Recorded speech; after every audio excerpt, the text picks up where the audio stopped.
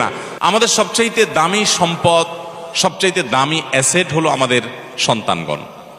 আমরা যে সমস্ত সম্পত্তি গড়ে তুলি, জমি জমা টাকা পয়সা, সেগুলো সব আমাদের এই সম্পদের জন্য, অর্থাৎ সন্তানদের জন্যই আমরা করি। অতএব তারাই হলো আমাদের সবচাইতে মূল্যবান সম্পদ। এই সন্তানদেরকে আপনি যদি হাফেজ কোরআন, আলেমে দিন, আল্লাহ ভীরু, মুত্তাকি, পরহেজগার এবং ভালো মানুষ হিসেবে গড়ে তুলতে চান, তাহলে কয়েকটি বিষয় আপনাকে লক্ষ্য রাখতে হবে। নাম্বার 1, আপনার সন্তানকে ভালো মানুষ হিসেবে গড়ে তুলবার টার্গেট করতে হবে। সে স্কুলে পড়ুক কিংবা মাদ্রাসায় পড়ুক, আপনার টার্গেট হতে হবে, লক্ষ্য হতে হবে যে আমার সন্তানকে আমি মানুষের মতো মানুষ হিসেবে গড়ে তুলব। সে সৎ মানুষ হবে, আর কিছু হোক বা না হোক। সে ডাক্তার ইঞ্জিনিয়ার হতে পারুক বা না পারুক, সে বিসিএস ক্যাডার হতে পারুক বা না পারুক, সে সেনাবাহিনীতে ভালো কোনো অফিসার র্যাঙ্কে চান্স পাক বা না পাক, সে ভালো পরিচিত পপুলার কোনো আলেম বা তুখুর কোনো হাফেজ হতে পারুক বা না পারুক, সে যেন ভালো মানুষ হয়, সে যেন মুত্তাকি হয়, সে যেন পরহেজগার হয়। আমি আমার সন্তানদেরকে সবসময় বলি, তোমাদের পরীক্ষার ফলাফল ভালো হোক সেটা আমি চাই, কিন্তু এর চেয়ে অনেক বেশি চাই তোমার নামাজটা দেখে যেন আমার নয়ন জুড়ায়, তোমার আচরণটা দেখে যেন আমার দিলটা প্রশান্ত হয়।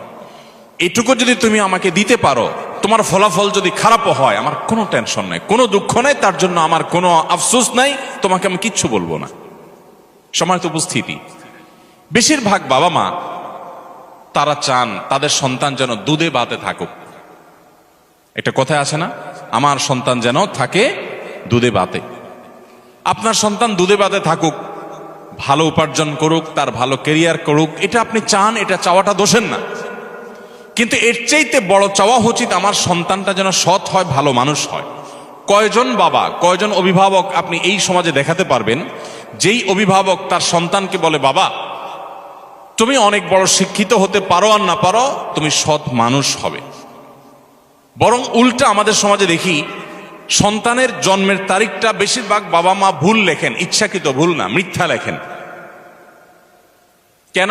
যাতে বেশি দিন চাকরগিরি করতে পারে, বেশি দিন সরকারি বা বিভিন্ন প্রতিষ্ঠানে চাকরগিরি যেন করতে পারে, সেই সুযোগ পাইয়ে দেওয়ার জন্য জীবনের শুরুতে একটা মিথ্যা গেঁথে দেয়। অনেক বাবা মা আছেন যারা বিভিন্ন স্কুলে তাদের সন্তানরা যে পড়াশোনা করে তাদের জন্য নকল কিনে এনে সন্তানদেরকে সার্ভ করে দেন, সাপ্লাই করে দেন। এরকম বাবা মা আছে না? নাই এই সমাজে আছে না, শুধু ভরে আছে। অর্থাৎ বাবা মার হাবভাব দ্বারা তারা বোঝাতে চান যে দেখো, আমি নিজে তো টাকার মেশিন, সারাদিন পয়সা ছাড়া আর কিছু চিনি না, অতএব আমার ঘরে জন্ম হয়েছে তোমাকেও টাকার মেশিন হতে হবে বাবা। দিন শেষে বাপ সন্তান সবাই মিলে আমরা টাকার মেশিন হয়ে যাব, দুনিয়া দুনিয়া মানি ছাড়ার কিছু বুঝি না। সম্মানিত উপস্থিতি, আজ শিক্ষিত সন্তান নিয়ে বাবা মা যতটা সুখে আছেন, এই সমাজে এত শিক্ষিত সন্তান না থাকলেও বাবা মারা অনেক বেশি সুখী ছিলেন, সন্তানরা অনেক বেশি সুখী ছিলেন একটা সময়। শুধু পার্থক্য এইটুকু, তাদের মধ্যে নীতিনৈতিকতা ছিল, এখন নীতিনৈতিকতা নাই। আমি শিক্ষার বিরুদ্ধে বলছি না, শিক্ষা তো আমাদের লাগবেই, কিন্তু শিক্ষার পাশাপাশি যদি নীতিনৈতিকতা না থাকে, তো এই শিক্ষা জাতিকে যতটা উপকার করবে তার চেয়ে বেশি ক্ষতিগ্রস্ত করবে। দেশের উন্নতি যতটা করবে, দুর্নীতি তার চেয়ে বেশি করবে। অতএব একজন আদর্শ অভিভাবক হিসাবে আপনার সন্তানকে যদি আপনি মানুষের মতো মানুষ হিসেবে গড়ে তুলতে চান, আপনার টার্গেট হতে হবে আমার সন্তান দুধে ভাতে থাকুক আর না থাকুক, আমার সন্তান থাকবে সত্যের সাথে, আমার সন্তান থাকবে ন্যায়ের সাথে, আমার সন্তান থাকবে নিষ্ঠার সাথে। আপনার সন্তানকে বলতে হবে, বাবা আশপাশে মানুষের গাড়ি বাড়ি, তাদের সম্পদ, এগুলোর চমক তোমাকে যেন বিভ্রান্ত না করে। তোমার বাবা হিসাবে আমি অসৎ উপার্জন করি নাই, তুমি অসৎ উপার্জন করবে না। এদেশে কিছু আদর্শবান মানুষের বড় বেশি প্রয়োজন। বড় দুর্ভিক্ষ চলছে, প্রতিটা টেবিলে, প্রতিটা অফিসে, প্রতিটা প্রতিষ্ঠানে দুর্নীতিবাজদের এমন মহড়া, এমন মহোৎসব আজ সর্বদা চতুর্দিকে এমন ভাবে প্রতিষ্ঠিত হয়েছে যে গোটা জাতি তৃষ্ণার্ত মরুভূমি যেরকম পানির জন্য হাহাকার করে, কিছু সৎ নাগরিকের জন্য গোটা জাতি আজ হাহাকার করছে। আর সেই হাহাকারের সে অভাব নিরূপণ করবার জন্য কিছু ওলামায়ে কেরাম নির্লস চেষ্টা চালিয়ে যাচ্ছে। সম্মানিত অভিভাবকবৃন্দ, আপনার সন্তানকে ছোটবেলা থেকে শিখাবেন, বাবা আশেপাশে মানুষের অবৈধ উপার্জনের যে চাকচিক্য, এটা দেখে তুমি বিভ্রান্ত হবে না। মনে রাখবে, এই মানুষগুলোর অনেক সম্পদ আছে, পয়সা কড়ি আছে, কিন্তু সে নিজেকে জানে সে একজন আস্ত চোর, সে একজন আস্ত ডাকাত, সে একজন আস্ত দুর্নীতিবাজ, সে একজন আস্ত অসৎ মানুষ, সে একজন খারাপ মানুষ। এই অপরাধ বোধের অদৃশ্য দাহন তাকে জ্বালাতে থাকে। অতএব তুমি তার সেটা দেখবে না, তুমি সততার সাথে চলবে। তোমার ভেতর থেকে একটা আওয়াজ তোমার কাছে আসবে যে আলহামদুলিল্লাহ, আমি কোনো অসৎ উপায়ে উপার্জন করি নাই। অতএব আমাদের সন্তানদেরকে মানুষের মতো মানুষ হিসেবে গড়ে তোলবার জন্য প্রথম লক্ষ্য হবে যে তারা ভালো মানুষ হোক। আপনার সন্তান পরীক্ষার হলে যাচ্ছে, কয়জন বাবা মা আছেন যে এই কথা বলতে পারেন যে আমার সন্তানকে বলেছি যে বাবা, পরীক্ষার হলে গিয়ে কোনো নকল করবে না, অবৈধ উপায়ে তুমি কোনো কিছু আনসার করার চেষ্টা করবে না, খাতায় কিছু লেখার চেষ্টা করবে না, কারোর কাছ থেকে দেখে দেখে লেখার চেষ্টা করবে না, তুমি যা জানো তা লিখবে, তুমি ফলাফল যাই পাও আমরা অ্যাপ্রিসিয়েট করব। কোথায় সে বাবা মা আজ? বরং উল্টা বাবা মা সন্তানকে খোঁচা মেরে চাপ দিয়ে সন্তানকে ডিপ্রেসড করার হাজার নজির আমাদের সামনে আছে যে কেন তুমি পারো নাই, পাশে বাসার ছেলেটা এত ভালো রেজাল্ট করলো, আমি মুখ দেখাতে পারি না, তুমি কেন পারো নাই। এই চাপ দেওয়া মানুষ পাওয়া যায়, কিন্তু মা বাবাকে, সন্তানকে সততার দীক্ষা দেওয়ার মানুষ পাওয়া যায় না। সময়ত উপস্থিতি, আমি আবারও বলছি, আমি আমার সন্তানদেরকে সবসময় বলি আপনাদের সঙ্গে শেয়ার করা, যাতে করে আপনাদের কারোর উপকার যেন হয়। আমি সবসময় তাদেরকে বলি, দেখো, পরীক্ষা ভালো ফলাফল করতে পারো কি না পারো, তুমি ভালো মানুষ হওয়ার চেষ্টা করো, তোমার অ্যাটিটিউড থেকে আমি সেটা দেখবো, তাতেই আমি হ্যাপি। আলহামদুলিল্লাহ, আল্লাহ তাআলা আমাদের সন্তানদেরকে ভালো মানুষ হিসেবে গড়ে তোলবার জন্য আমাদেরকে যোগ্য অভিভাবক হওয়ার তৌফিক দান করুন। তাহলে প্রথম কাজ হলো টার্গেট ঠিক করতে হবে যে আমার সন্তানকে আমি ভালো মানুষ, নেক, মুত্তাকি, পরহেজগার বানাবো। এরপরে অন্য কিছু হবে বা না হবে সেটা পরের বিষয়। আমার প্রাথমিক টার্গেট থাকবে সে একজন পরোপকারী মানুষ হবে, সে একজন সমাজমুখী মানুষ হবে, সে একজন কল্যাণকামী মানুষ হবে, সে সমাজের সবার কাজ করবে, যেখানেই যাবে সে মানুষের উপকার করবে, কোনোদিন ক্ষতি করবে না, এই মানুষ হবে। এবার সে ডাক্তার হোক, সে ইঞ্জিনিয়ার হোক, সে বিসিএস ক্যাডার হোক, সে অন্য কিছু হোক, সে মাদ্রাসা পড়ুয়া হোক, এমন কি সে যদি গতানুগতিক শিক্ষিত নাও হয়, তারপরে অন্তত এই জাতির কোনো ক্ষতিকর কোনো কিছু তার দ্বারা হবে না ইনশাআল্লাহ তাআলা। নাম্বার 2, অভিভাবক হিসাবে আমাদের চোখের পানিটা অনেক বেশি গুরুত্বপূর্ণ। চোখের পানি মা বাবার সন্তানদের জন্য অনেক গুরুত্বপূর্ণ। কিছু মানুষের দোয়া আল্লাহ তাআলা ফিরিয়ে দেন না, এর ভিতরে মা বাবার দোয়া অনেক গুরুত্বপূর্ণ। আমি আমার শৈশবে আমার মায়ের সে কান্না এখনো মনে হয় আমার কানে ভাসে। যখন মাদ্রাসায় যেতাম তো মা কাঁদতে থাকতেন, যখন বাসায় আসতাম, বাড়িতে আসতাম, নামাজের বিছানা মা কাঁদতে থাকতেন। আমার বাবার বহু কান্না আমার এখনো কানে ভাসে। তাহাজ্জুদের সময় নিজে হয়তো ঘুমিয়েছিলাম, বাবার কান্নার আওয়াজে ঘুম ভেঙেছে, নাম ধরে ধরে দোয়া করতেন। তো সন্তানদের জন্য বাবা মার দোয়া অনেক গুরুত্বপূর্ণ।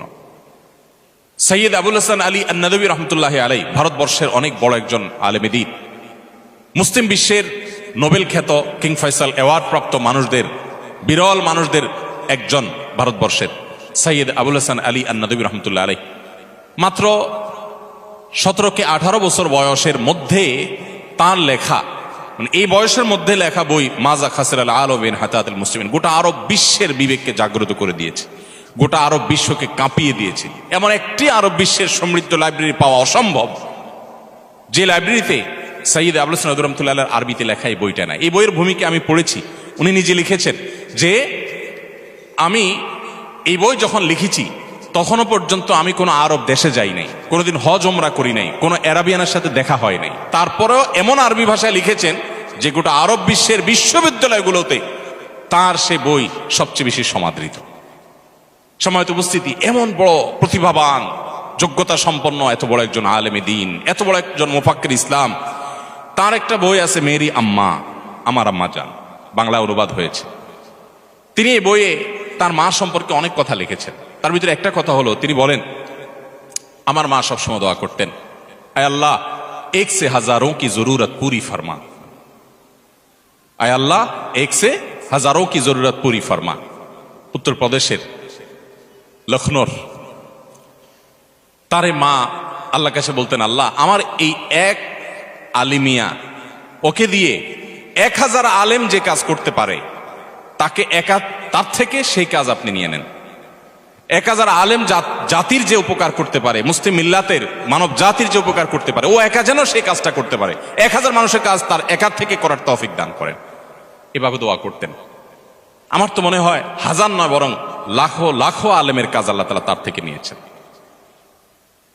তার মা সম্পর্কে আরো অনেকগুলো বিষয় আছে যেগুলো কোট করার মধ্যে আমি সেই দীর্ঘ বক্তব্যে আর যাবো না। আমি শুধু এটুকু বলতে চাই, যারা অভিভাবক আছি আমরা, আমাদের সন্তানদের জন্য চোখের পানি ফেলে দোয়া করি। আমরা সন্তানদের জন্য আমাদের কাছে, হুজুরদের কাছে আপনারা অনেক সময় দোয়া চাইতে আসেন। অনেকে, হুজুর দোয়া করবেন, ছেলেটা এসএসসি পরীক্ষা দিচ্ছে, এইচএসসি পরীক্ষা দিচ্ছে, ও কলেজের জন্য চান্স পায়, এটা করে সেটা করে, চান। এই দোয়াতে কোনো দোষের কিছু নেই। কিন্তু কয়জন অভিভাবক, আমি তো আমার জীবনে একজন অভিভাবকও পাইছি কিনা আমার মনে পড়ে না, থাকতে পারে আমার স্মৃতির বাইরে বা আমার মনে নাই, এরকম আমার সচরাচর মনে পড়ে না যে কোনো অভিভাবক এসে বলেছেন যে হুজুর দোয়া করবেন আমার ছেলেটা যেন মানুষের মতো মানুষ হয়। কিছু আছে বলেন, কিন্তু সে বলাটা গতানুগতিক টাইপ মনে হয়। একান্ত হৃদয়ের আকুতি থেকে যে আমার সন্তানটাকে যেন আল্লাহ রাব্বুল আলামিন, এই সমাজে যত ফিতনা আছে, যুব সমাজকে ধ্বংস করবার জন্য যত আয়োজন আছে, এই আগুনের আঁচ থেকে বাঁচিয়ে যেন মানুষ বানান, কয়জন বাবা মা দোয়া চান? অতএব আদর্শ অভিভাবক হওয়ার জন্য সন্তানের জন্য চোখের পানি অনেক বেশি দরকার, দোয়া অনেক বেশি দরকার। আল্লাহ তাআলা আমাদেরকে সেটাও করার তৌফিক দান করুন।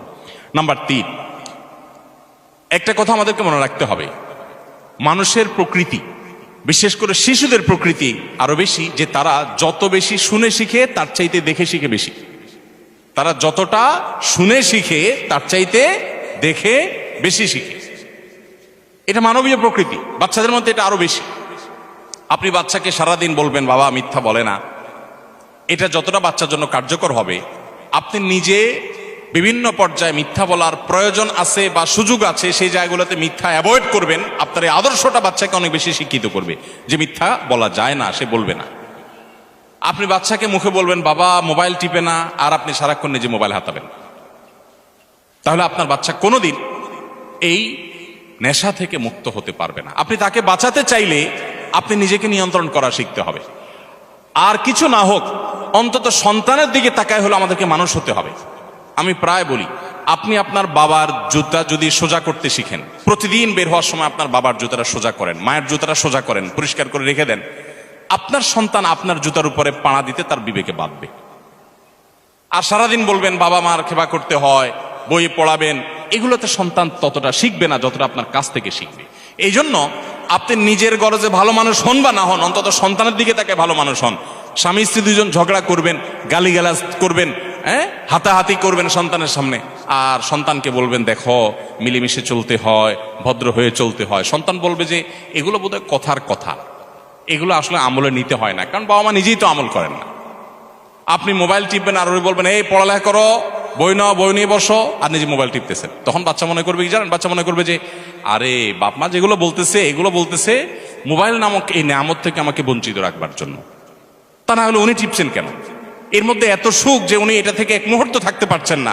নিশ্চয়ের ভিতরে রাজ্যের সকল সুখ এই মোবাইলের মধ্যেই আছে। বাচ্চা সেটার জন্য ঝাঁপায় পড়বে। এই জন্য মুখে কথা কম বলে বরং নিজেরা মোবাইলগুলোকে নিয়ন্ত্রণ করেন। অপ্রয়োজনে সারাক্ষণ রুগীর মতো এটা টিপি না করে লিমিটেড সময় কাজ করে বাচ্চাদেরকে সময় দেন। আল্লাহ আমাদেরকে তৌফিক দান করুন। তাহলে সন্তানের সামনে মডেল হয়ে যেতে হবে, ভালো মানুষের মডেল হয়ে যেতে হবে। আপনি যেটা চান সন্তান হোক সেটা আপনি নিজে করে সন্তানকে দেখাবেন। আপনার তাহাজ্জুদের কান্নায় আপনার সন্তানের যদি ঘুম ভাঙে, এই সন্তানকে ফজরের জন্য ডাকা লাগবে না ইনশাআল্লাহ। কিন্তু আপনি নিজে যদি কোন রকম ডুমায় ফজর নামাজ পড়েন, এরপরে বাচ্চাকে ডাক করেন, এটা খুব বেশি কাজে আসবে না। সময়ত উপস্থিতি। চতুর্থত যে পয়েন্টটি আমি বলতে চাই তা হলো সন্তানদেরকে সময় দিন। আমাদের এখন ব্যাপারটা হয়ে গেছে পরীক্ষার চিন্তা, যে ছাত্রের আর পড়ালেখা করার সুযোগ হয় না সেই ছাত্রের মতো।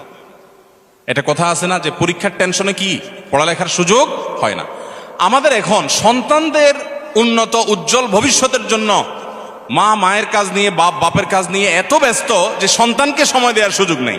যে সন্তানের জন্য আপনি এত কিছু উপার্জন করবেন সেই সন্তানকেই আপনি সময় দিচ্ছেন না, তাহলে আপনার চেয়ে বোকার কে হতে পারে? সন্তানদের সময় দিন। আমি নিজে আলহামদুলিল্লাহ অনেক দিন থেকে একটা প্র্যাকটিস শুরু করছি, আপনাদের সাথেও শেয়ার করি, কেউ আমল করতে পারেন। সেটা হলো যে অফিস টাইমের পর আর মোবাইলে আমি কোনো আপনার অ্যাক্টিভ থাকি না। বেশিরভাগ সময় হয় এরোপ্লেন মোড করে ফেলি, আর নাহলে বন্ধ করে ফেলি, আর নাহলে সাইলেন্ট করে ওইটাকে গাড়িতে রেখে, অফিসে রেখে, ডেস্কে রেখে তারপর বাসায়। এবং পুরো সময়টা বাসা যতক্ষণ থাকা হবে ততক্ষণ ফ্যামিলিকে সময় দেওয়া। কিছু ক্ষতি হবে, প্রতিষ্ঠানের ক্ষতি হবে, অফিসের ক্ষতি হোক, তার চাইতে লাভ অনেক বেশি হবে। যারা বিভিন্ন প্রতিষ্ঠান পরিচালনা করেন, অনেক কাজ কাম আছে, প্রয়োজন একটা বাটন ফোন নিয়ে নেন, যে এইটা থেকে এতটা পর্যন্ত বাটন ফোনে আসি, আমার ফোনটা অমুকের কাছে থাকবে, ইমার্জেন্সি কিছু হলে আমাকে জানাবা, আদারওয়াইজ আমি নাই, বাচ্চাদেরকে সময় দিব। বেশিরভাগ বাপ দেখবেন বাসায় ঢুকতে ঢুকতে মোবাইলে কথা বলতে, হ্যাঁ ভাই ঠিক আছে অমুক জায়গায় এতটা মাল পাঠায় দেন, এসব বলতে বলতে ঢুকে। কে দরজা খুলছে সেটাও বাপে দেখে না, আবার বাইর হয়ে যাচ্ছে সকালে, তখন আবার মোবাইলে, হ্যাঁ আসতেছি এই যে নামতেছি সিঁড়িতে, বলতে বলতে বাইর হয়। তো আপনি সারাক্ষণ আবার বাসায় যতক্ষণ আছে ততক্ষণ মোবাইল নিয়ে ব্যস্ত আছে, মাও ব্যস্ত, বাপও ব্যস্ত। বাচ্চাদের যে কি অসহায়ত্ব এই সময়টাতে, আমি তো মনে করি এই সময়ে প্রোডাক্টিভিটির জন্য মোবাইল নিয়ন্ত্রণ করা ছাড়া কোনো দিন সম্ভব না আজকের বাস্তবতায়। আলহামদুলিল্লাহ আমরা এটা শুরু করে দিয়েছি এবং এর সুফলটা আমরা পাচ্ছি আল্লাহর রহমতে। আমি অনুরোধ করবো আপনারাও সেই সময়টা দিবেন। শুধুমাত্র সময় দেয়া বলতে বাচ্চাদের সাথে গল্প করানো, সব দিক থেকে আপনি তাদের খেলার সাথী হবেন। আপনার বাচ্চা কার সাথে খেলতে গিয়ে নষ্ট হবে, আপনি সেটা কেন হতে দিবেন? আলহামদুলিল্লাহ আমি আমার বেশ কিছুদিন থেকে প্র্যাকটিসটা করি, তবে গত প্রায় মাসখানেক যাবৎ হবে বা তার সাথে কম বেশি হবে, এই সময় ধরে আমি আমার বাচ্চাদের সাথে নিয়মিত খেলাধুলা করার চেষ্টা করি। যদি আমি বাড়িতে থাকি তো খেলা মিস নাই বাচ্চাদের সাথে, প্রতিদিন 1 ঘন্টা মিনিমাম বাচ্চাদের সাথে খেলি প্রতিদিন। অন্য যত ব্যস্ততা থাকুক, সব ব্যস্ততার সাথে বড় ব্যস্ততা, আমার সবচেয়ে বড় সম্পদ আমার বাচ্চারা, অতএব তাদের সাথে আমি খেলার সাথী হব। কোন বাচ্চার সাথে খেলতে গিয়ে সে নষ্ট হবে না হবে, আমি সময় দেবো তাদেরকে, এবং তাদের গল্পগুলো আপনি শুনবেন, আপনি নিজে তাদেরকে গল্প বলবেন, তাদের পড়ালেখার সাথী হয়ে যাবেন, মেশার চেষ্টা। বেশিরভাগ বাবা মা সন্তানকে সময় দিতে চান না, টিচারের কাছে দিয়ে রাখেন, আপনার কাজের বুয়ার কাছে দিয়ে রাখেন, অমুকের কাছে দিয়ে রাখেন, তমুকের। মায়েরা তো আজকাল বাচ্চাদেরকে ভালো করে নাস্তাও দিতে রাজি না। আমরা যারা মাদ্রাসা চালাই আমরা জানি, টিফিন দিয়ে দিবেন কি অল টাইমের একটা প্যাকেট ধরাই দিবেন, রেডিমেড কিছু ধরাই দিবেন। আপনার বাচ্চাকে আপনি রেডিমেড এগুলো দিয়ে দিচ্ছেন, আপনি বুড়ো হন, এই বাচ্চা আপনাকে বৃদ্ধাশ্রমে পাঠাবে, এরকম অল টাইম ধরাই দিবে। বাচ্চাকে হেলদি কিছু একটু রেডি করে দেন, ভালো কিছু একটু নিজে রান্না করে দেন। মায়েরা আজকাল অলস, ওই রেডিমেড কিছু দিয়া যেতে পারলে বাঁচে। বাপেরা অলস, বাচ্চাকে সময় দিতে রাজি না। সার পড়াক, আপনি নিজে আপনার বাচ্চাকে কদিন পড়ান। এই জন্য বাচ্চাদেরকে সময় দিবেন, সময় না দিলে বাচ্চারা কখনো মানুষ হওয়া এটা সম্ভব না। যত বাচ্চা মানুষ হয়েছে দেখবেন বাবা মা অনেক বেশি তাদেরকে সময় দিয়েছে। 5 নম্বর যে পয়েন্ট আমি বলতে চাই তা হলো হালাল উপার্জন আপনার বাচ্চাকে সৎ মানুষ হতে সাহায্য করবে। আপনি হারাম উপার্জন করবেন, 2 নম্বর কামাই করবেন, আর আশা করবেন যে আল্লাহ বেলগাছে তুমি তাল দিয়া দাও মালিক, মাবুদ। মালিক শুনবেন না, মালিক আপনার বেলগাছে তাল দিবেন না। আপনি তাল গাছে তাল আশা করতে পারেন। চুরিদারির টাকা, 2 নম্বরের টাকা, ঘুষের টাকা, দুর্নীতির টাকা দিয়া সন্তানরে মানুষ করবেন, বড় করবেন, এরপরে যে হুজুরের কাছে দিয়ে বলেন হুজুর এরে বড় আলেম, বড় হাফেজ, বুজুর্গ আল্লাহওয়ালা বানায় দেন, সম্ভব না। এই জন্য হারাম উপার্জনের কুপ্রভাব সন্তানের উপর অনেক বেশি পড়ে। এই জন্য সন্তানকে মানুষের গড়ে তোলার জন্য হালাল খাবার খাওয়ান। মায়েরা আজকাল ছোট পোলাপানের পিছনে খাবার নিয়ে যে পরিমাণ দৌড়ায়, যে পরিমাণ পাগল পড়া থাকে, যেখানেই যাবেন মাদের দেখবেন একটাই পেরেশানি, সেটা হলো যে বাটি নিয়ে চামচ নিয়ে বাচ্চার পিছনে পিছনে গুড়গুড় গুড়গুড় করে। কেন? বাচ্চা খায় না। বাচ্চাকে খাওয়ানোর জন্য যত চেষ্টা আপনি করেন, হারাম খানা যেন না খায়, হালালটা যেন খায়, সেই চেষ্টা যদি তার সিকিভাগও করতেন, এক একটা আল্লাহর ওলি এমনি হয়ে যেত। এই জন্য আমার সন্তানের পেটে কোনো হারাম যেন না ঢুকে, সেই চেষ্টা আমাদেরকে করতে হবে।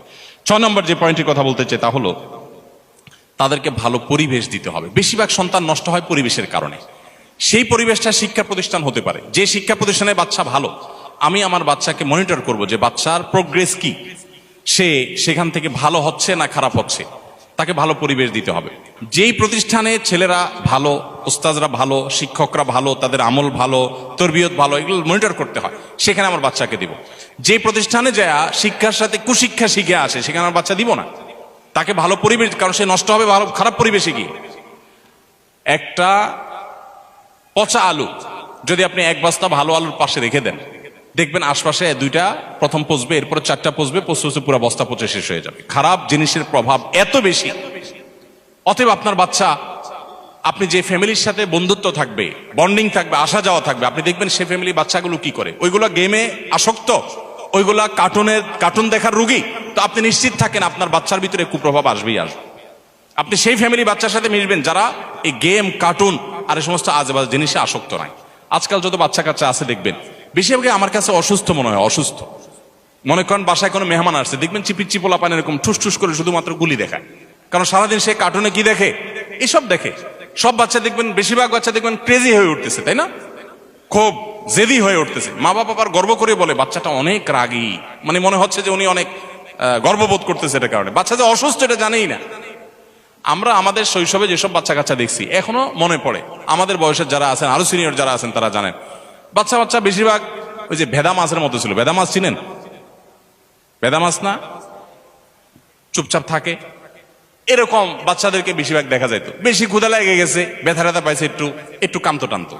আর এখন পোলাপান 1.5 বছর 1 বছর থেকে পোলাপান দেখা যায় এমন ক্রেজি যে চুন থেকে নুন খসছে তো সব ভাঙচুর শুরু করে দেয়, তাই না? কারণ সারাদিন কার্টুনে এবং সারাদিন ভিডিও গেমসে সে ওইগুলোই দেখে, মার কাট ছাড়া আর কিছু নেই। তো বাচ্চার মধ্যে এগুলোর খুব প্রভাব পড়ে। আপনার বাচ্চাকে ভালো মানুষ হিসেবে গড়ে তোলবার জন্য পরিবেশটা অনেক গুরুত্বপূর্ণ, যে সে কোন পরিবেশ পাচ্ছে। এই জন্য আপনি সেই ফ্যামিলির সাথে বন্ধুত্ব করবেন যে ফ্যামিলি বাচ্চা থেকে আপনার বাচ্চা ভালো কিছু শিখবে। আমি ব্যক্তিগতভাবে খুঁজে যে সেরকম ফ্যামিলি বাইর করি, মাশাআল্লাহ ফ্যামিলি বাচ্চারা খুব ভালো, বাপ মাগুলো খুব ভালো, তাহলে তাদের বাসায় যেতে হবে, তাদেরকে বাসায় দাওয়াত দিয়ে আনতে হবে, তাদের সাথে সম্পর্ক তৈরি করতে হবে, তাহলে আমার বাচ্চারা ভালো কিছু শিখবে। এই চেষ্টা আপনার মধ্যে থাকতে হবে, তাদেরকে ভালো পরিবেশ দিতে হবে। 7 নম্বর এবং সর্বশেষ পয়েন্ট যেটি বলতে চাই তা হলো, বাচ্চাদেরকে বিশেষ করে তারা যখন একটু বড় হতে শিখবে, আল্লাহ ভীরু মুত্তাকি পরহেজগারদের সোহবতে, তাদের মজলিসে, তাদের বৈঠকে, তাদের দার্সে, তাদের প্রোগ্রামগুলোতে নিয়ে যাবেন, তাদের সাথে কথা বলাবেন। এগুলোর প্রভাব, ইতিবাচক প্রভাব বাচ্চার মধ্যে পড়ে। আল্লাহ তাআলা আমাদের সবাইকে সুসন্তানের বাবা মা হওয়ার তৌফিক দান করুন। আমাদের সন্তানদেরকে, আমাদের পুরো পরিবারের সমস্ত সদস্যদেরকে আল্লাহ তাআলা মুত্তাকিদের ইমাম হওয়ার তৌফিক দান করুন। আমাদের সন্তানদেরকে আমাদের নয়ন জোড়ানোর মতো সন্তান হওয়ার তৌফিক দান করুন। মা বাবা হিসাবে আমাদেরকে আদর্শ মা বাবা হওয়ার তৌফিক দান করুন।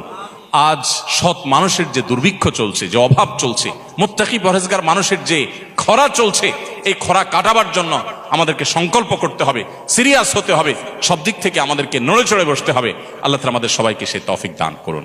ভাইরা আমার, সম্মানিত ভাইরা বোনেরা আমার, যদি আপনার সন্তানকে মানুষের মতো মানুষ হিসেবে গড়ে তুলতে পারেন, আল্লাহর শপথ করে বলছি, আপনার এই পরিবার উপভোগ্য হবে, চরম উপভোগ্য হবে, দুনিয়াটা জান্নাতে পরিণত হবে। যখন আপনার সন্তানটা দেখবেন যে মায়ের সামনে মাথাটা উঁচু করে কথা বলতে লাজ বোধ হয়, লজ্জা বোধ হয়, যখন দেখবেন বাবা কোনো কথা বললে ফিরে আরেকটা কথা বলার মতো সাহস হয় না, এই সন্তানকে এখন ঘরে ঘরে আছে? আরে ঘরে ঘরে তো দেখা দূরের কথা, গোটা সমাজে খুঁজে এরকম একটা সন্তান পাওয়া যায় না। বেশিরভাগ দেখবেন বেয়াদব, উগ্র, উচ্ছৃঙ্খল, এবং কোনো শিক্ষা নাই, নীতি নাই, নৈতিকতা নাই, আদর্শ নাই, নষ্ট এবং নষ্টের ছড়াছড়ি চতুর্দিকে। কোথায় সে সন্তান? যে সন্তান মায়ের বাবার আগে হাঁটবে না, যে সন্তান মায়ের আগে কথা বলবে না, বিনয় থাকবে। এরকম সন্তান যদি থাকে, আপনার সন্তান অনেক বড় অফিসার না হোক, আপনার সন্তান অনেক পয়সা কামাই না করুক, অনেক বড় পদের অধিকারী না হোক, আপনার সন্তান যাই হোক না কেন, যদি এরকম সন্তান আপনাকে আল্লাহ তাআলা দেন, তো আপনি দেখবেন আপনার পরিবারটা, আপনার জীবনটা জান্নাতি জীবন হয়ে গেছে। আল্লাহ তাআলা আমাদের সবাইকে, আমাদের সন্তানদেরকে মুত্তাকি পরহেজগার ভালো মানুষ হিসেবে গড়ে তোলবার সংকল্প প্রতিটি ঘরে ঘরে করার তৌফিক দান করুন, এবং তার জন্য যা যা করণীয় আছে সেই করণীয়গুলো আল্লাহ তাআলা আমাদের সবাইকে করার তৌফিক দান করুন। মনে রাখবেন, সন্তান যদি অমানুষ হয় তার ডিসক্রেডিট আপনার, সন্তান যদি মানুষ হয় তার ক্রেডিটও আপনার। সন্তান ভালো কিছু হয়েছে সেটা যেরকম আপনার অর্জন, সন্তান খারাপ কিছু হয়েছে সেটা আপনারই ত্রুটি। অতএব সন্তানের মধ্যে কোনো ত্রুটি দেখলেন চিন্তা করতে থাকুন, আমার ঘাপলাটা কোন জায়গায়, আমার ঝামেলাটা কোন জায়গায়, যার কারণে সন্তানের মধ্যে এই খারাপ দিকটা আমি দেখতে পাচ্ছি। আল্লাহ তাআলা আমাদের সবাইকে আদর্শ বাবা মা হওয়ার তৌফিক দান করুন। আমরা যদি আদর্শ বাবা মা হই তাহলে আমরা আদর্শ জেনারেশন পাবো, আদর্শ জেনারেশন যদি পাই তো আদর্শ দেশ এবং আদর্শ সমাজ গড়ে উঠবে। আল্লাহ আমাকে, আপনাকে, আমাদের সবাইকে সেগুলো করার তৌফিক দান করুন। জাযাকুমুল্লাহু খায়রা ওয়া আখিরু দাওয়ানা আনিল হামদুলিল্লাহি রাব্বিল আলামিন। আসসালামু আলাইকুম ওয়া রাহমাতুল্লাহি ওয়া বারাকাতুহু।